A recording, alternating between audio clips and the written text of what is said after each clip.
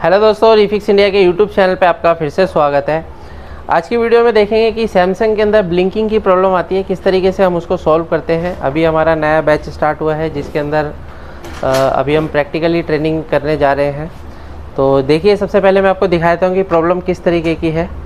जैसे ही हमने अभी क्या करा है कि इसके अंदर पावर लगाई है, और पावर लगाने के बाद अगर हम इसकी वोल्टेज चेक करते हैं तो हमारे को जो वोल्टेज मिलती है दोस्तों, किस तरीके से वोल्टेज यहाँ पे मिल रही है तो वो मैं आपको दिखा देता हूँ। और यहाँ पे ब्लिंकिंग भी आप देख सकते हैं, इस तरीके से ब्लिंक कर रहा है। यहाँ पे लाइट ब्लिंक करती है और उसके बाद ये बंद हो जाती है। तो इस तरीके की अगर प्रॉब्लम देखने को मिलती है तो सबसे पहले हम क्या चेक करते हैं कि पावर सप्लाई को देखते हैं कि हमारी पावर सप्लाई में क्या दिक्कत है। पावर सप्लाई के अंदर कभी शॉर्टिंग होती है या फिर कभी फीडबैक सर्किट जब कभी हमारा ख़राब होता है तो इस तरीके की दिक्कत हमारे को देखने को मिलती है। तो अगर हम पावर सप्लाई चेक करते हैं तो पावर सप्लाई के अंदर अगर आप यहाँ पे देखेंगे तो यहाँ पे वोल्टेज देख सकते हैं आप, फ्लक्चुएट कर रही है। यहाँ पे ये पावर आती है और उसके बाद यहाँ पे चली जाती है, ये देखिए।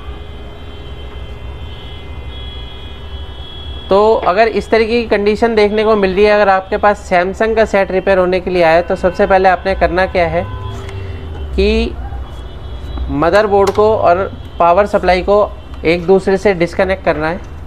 डिस्कनेक्ट करने के बाद यहाँ पे आप ये देख सकते हैं, यहाँ पे जो लाइट है इसके अंदर, यानी कि जो बैक लाइट है वो जल गई है।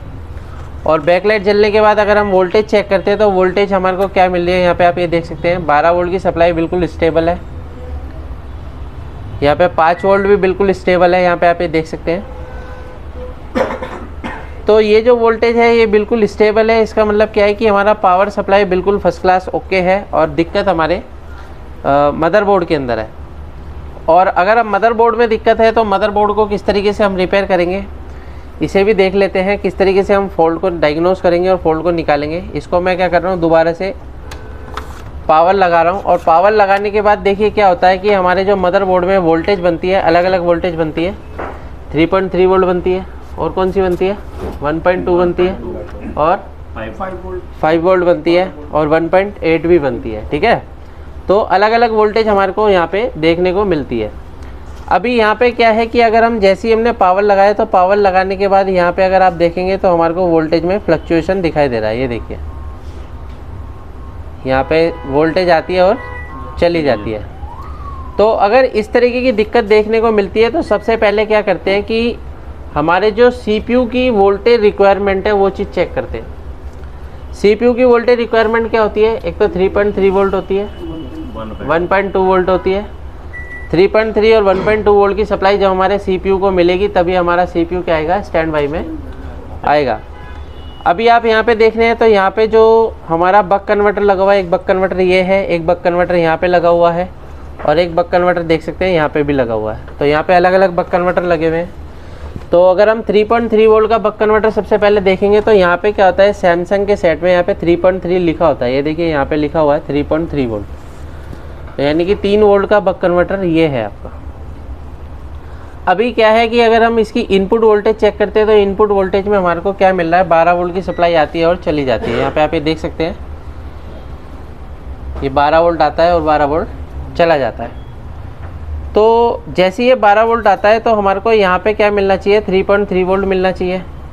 तो यहाँ पे आप ये देख सकते हैं क्या वोल्टेज हमारे को मिल रहा है, ये देखिए। ठीक है, यानी मिली वोल्ट में वोल्टेज आके और चली जाती है। अब ये जो कंडीशन है, ये क्या कंडीशन है कि हमारा बक कन्वर्टर सही से काम नहीं कर रहा है। अगर बक कन्वर्टर सही से काम करेगा तभी हमारा क्या होगा, CPU स्टेबल होगा।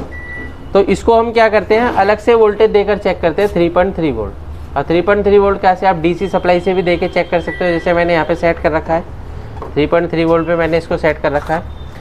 और इस पर अगर हम यहाँ पे सप्लाई देते हैं, इसको हम ग्राउंड से लगा लेते हैं, कहीं पे भी आप लगा सकते हो। ठीक है, कहीं पे भी इसको आप नेगेटिव से जोड़ सकते हो, चाहे आप USB से जोड़ लो, ये USB से जोड़ लिया।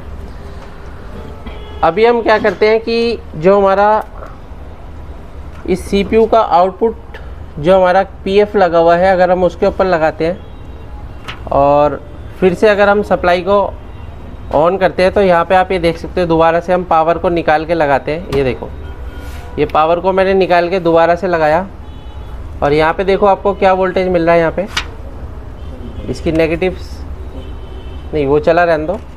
नेगेटिव कहाँ है इसका, ये नेगेटिव ये है, इसको हम ग्राउंड में लगा लिया और यहाँ पे देखो कितना वोल्ट हमारे को मिल रहा है। और यहाँ पे अगर आप देखोगे कितना वोल्ट मिल रहा है, 12 वोल्ट। क्या है, स्टेबल है। क्या है, स्टेबल है। पहले क्या हो रहा था, वोल्टेज फ्लक्चुएट हो रहा था। अभी हो रहा है फ्लक्चुएट? नहीं हो रहा ना। क्यों नहीं हो रहा? क्योंकि हमारे सीपीयू को वोल्टेज रिक्वायरमेंट मिल चुकी है, पूरी हो चुकी है। अगर आप देखोगे तो हमारा टीवी भी ऑन हो गया होगा। तो यहाँ पे आप ये देख सकते हो टीवी ऑन है। ऑन है टीवी, डिस्प्ले आ रहा है। ठीक है, तो इस तरीके से आप किसी भी सेट को रिपेयर कर सकते हो।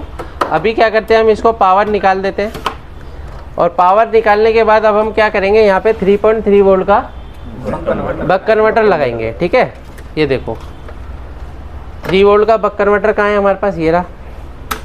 एक चिमटी ले लेते हैं और यहाँ पे हम 3 वोल्ट का बक कन्वर्टर यहाँ पे अलग से लगाएंगे। क्योंकि क्या होता है कि ये बक कन्वर्टर नंबर के अकॉर्डिंग लगते हैं। कोई दूसरा नंबर लगा दिया तो आपका बोर्ड जल भी सकता है।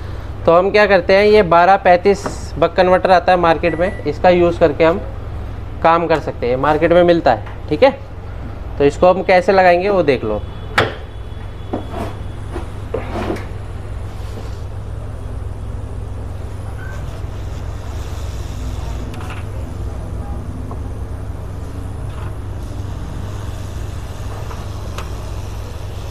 अगर आपके पास सारे टूल्स रहते हैं टेस्टिंग करने के लिए तो इजी काम है रिपेयर करना, कोई मुश्किल काम नहीं है। टूल्स होने चाहिए, दूसरा जानकारी, अच्छी जानकारी होनी चाहिए। ठीक है,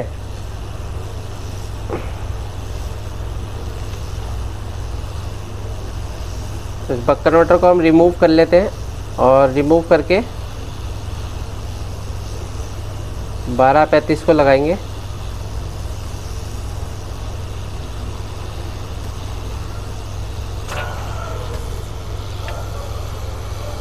निकल गया। ठीक है, ये हमने रिमूव कर दिया है। यानी कि 1235 जो है आपका परफेक्ट तरीके से इसकी जगह काम करेगा।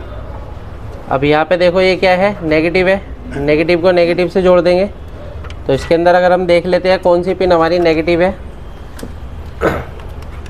मल्टीमीटर को लगाते हैं।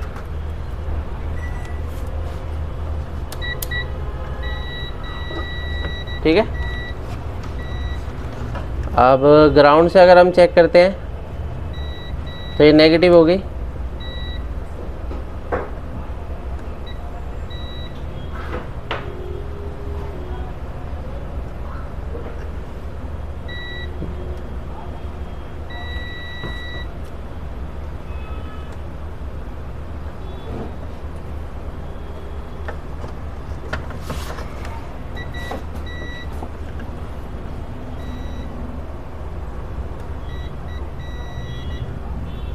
ये नेगेटिव पॉइंट है। ठीक है ना, चाहे आप यहाँ से भी लगा सकते हो, यहाँ से भी लगा सकते हो। ये 12 वोल्ट की सप्लाई है, यहाँ से हम 12 वोल्ट ले लेते हैं। ये इनपुट है, इनपुट पिन है।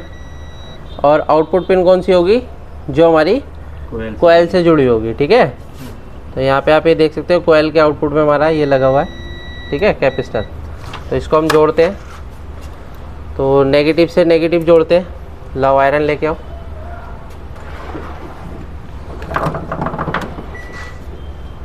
नेगेटिव को हम नेगेटिव में डाल देते हैं। ठीक है, और ये हो गया हमारा पॉजिटिव। पॉजिटिव के लिए थोड़ा सा पेस्ट लगाते हैं इस तरीके से।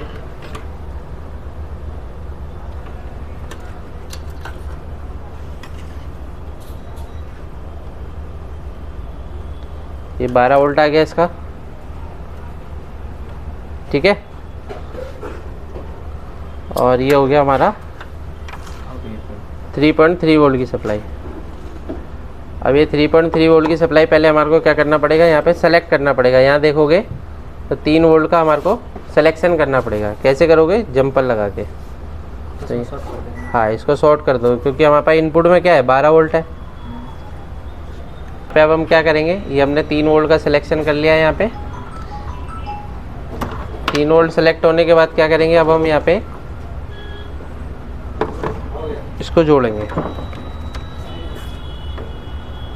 ये जोड़ दिया।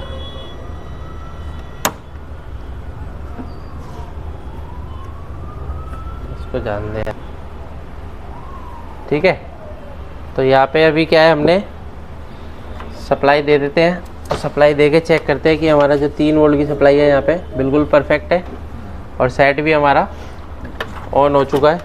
तो यहाँ पे आप ये देख सकते हैं, पहले यहाँ पे क्या हो रहा था, ब्लिंक कर रही थी। अभी क्या है कि हमारा सेट ऑन हो चुका है। जब ऑन होता है सैमसंग का सेट तो इस तरीके से ब्लिंक करता है। बटन दबाने के बाद ये देखो कर रहा है ब्लिंक। अगर आप स्क्रीन देखोगे तो ये देखो परफेक्ट तरीके से सेट ऑन हो चुका है। तो दोस्तों इस तरीके से हम किसी भी सेट को आसानी से रिपेयर कर सकते हैं। अगर आप भी LCD LED TV रिपेयर की ट्रेनिंग लेना चाहते हैं तो नीचे दिए गए कॉन्टैक्ट नंबर पर कॉन्टैक्ट कर सकते हैं। वीडियो आपको पसंद आया तो वीडियो को लाइक करें, शेयर करें, कमेंट करें। Thank you friends.